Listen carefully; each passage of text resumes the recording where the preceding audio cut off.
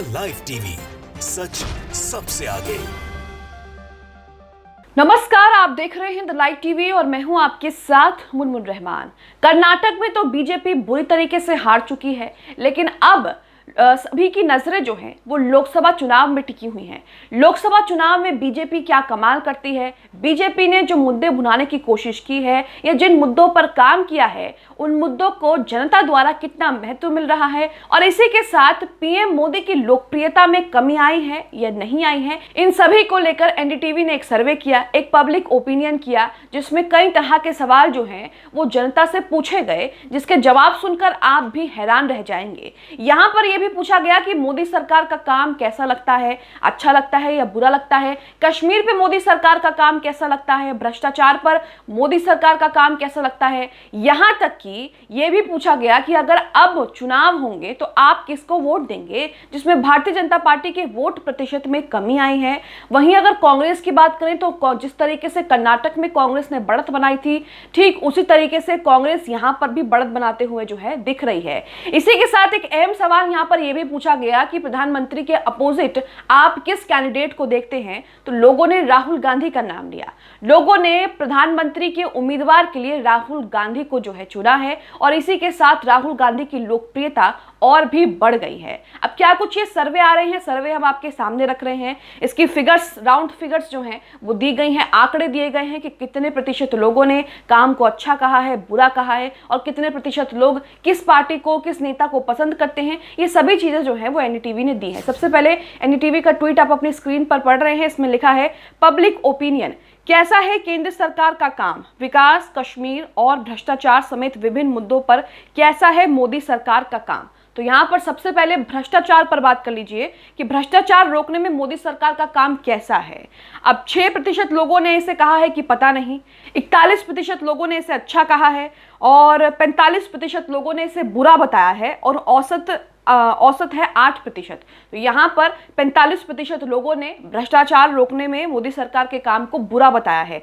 कश्मीर पर बात करेंगे, कश्मीर पर मोदी सरकार का काम कैसा है, तो 28% लोगों ने इसे अच्छा बता दिया, औसत है 13%, बुरा 30% लोगों ने बता दिया और पता नहीं 29% लोगों ने। यहाँ पर भी कश्मीर पर मोदी सरकार के काम को बुरा बताने वालों की संख्या ज्यादा है, 30% लोगों ने इसे बुरा बताया है। विकास की बात कर लीजिए कि विकास पर मोदी सरकार ने क्या काम किया है, तो 47% लोगों ने अच्छा बताया है, वहीं औसत ने 8%, बुरा 40% लोगों ने बताया है और 5% लोगों को नहीं पता है। तो यहाँ पर भी मोदी सरकार के काम को लेकर 40% लोग जो हैं वो उनसे नाखुश हैं।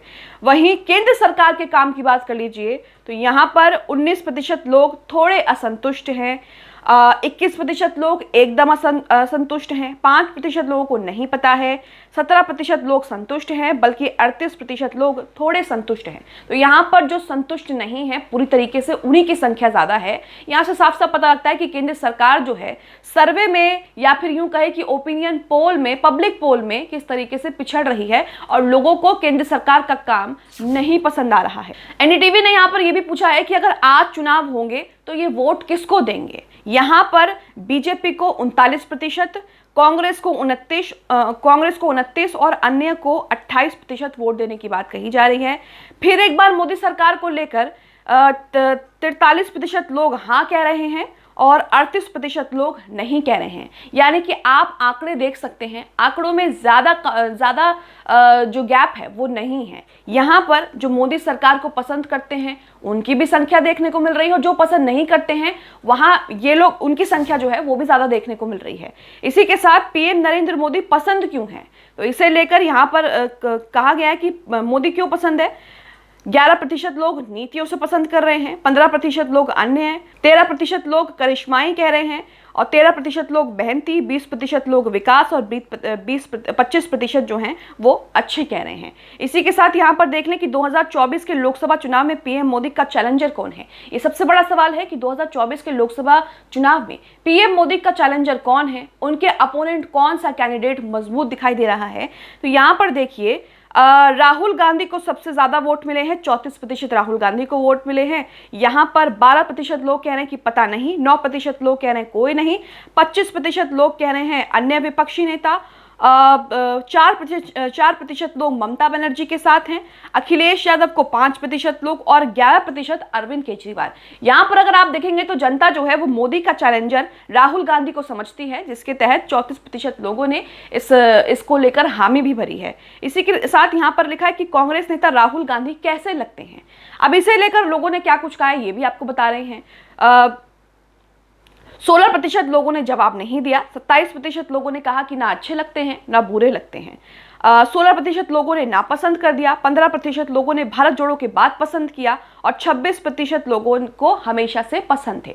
यहाँ पर राहुल गांधी ने जो भारत जोड़ो यात्रा करी है उसका अच्छा खासा फायदा यहाँ पर राहुल गांधी को देखने को मिल रहा है। इसी के साथ यहाँ पर यह भी बताया गया है कि सीबीआई और ईडी के एक्शन को लेकर लोग क्या सोचते हैं, जिसे लेकर अक्सर विपक्षी दल जो हैं बीजेपी पर आरोप लगाते हैं। तो यहाँ पर 32% लोगों ने सियासी बदले के लिए उनकी कार्रवाई जो है उसे बताया है और 37% लोगों ने कानून के मुताबिक ही उनकी कार्रवाई जो है बताई है, बल्कि 31% लोगों ने कोई राय नहीं दी है। यहाँ पर आप कुछ आंकड़ों के द्वारा समझे कि एनडीटीवी ने जो सर्वे किया है उसमें यहाँ पर बीजेपी को किस तरीके से जो है किस तरीके से झटका लगने वाला है। इसी के साथ अगर पिछले आंकड़ों की बात करें तो वो भी आपके सामने रख रहे हैं, जिसमें आपको पता लगेगा कि बीजेपी के वोट प्रतिशत और मोदी जी की लोकप्रियता में कमी आई है। यहाँ पर देखिए लिखा है, सबसे पहले तो आपको बता दें कि ये जो सर्वे किया गया है उसका तरीका क्या है। तो यहाँ पर लिखा है कि भारत के 19 राज्यों के 71 लोकसभा क्षेत्रों में किए गए सर्वे के तहत कुल 7,000 से ज्यादा लोगों ने 7,000 लोगों से अलग अलग मुद्दों पर राय मांगी गई, जिनमें समाज के हर वर्ग के लोग शामिल थे। इसी महीने 10 से 19 मई के बीच ये सर्वे में साफ हुआ है कि प्रधानमंत्री के तौर पर आज भी 43% लोग नरेंद्र मोदी को ही प्रधानमंत्री के रूप में देखना चाहते हैं, जबकि राहुल गांधी को पीएम के रूप में 27% लोग देखना चाहते हैं।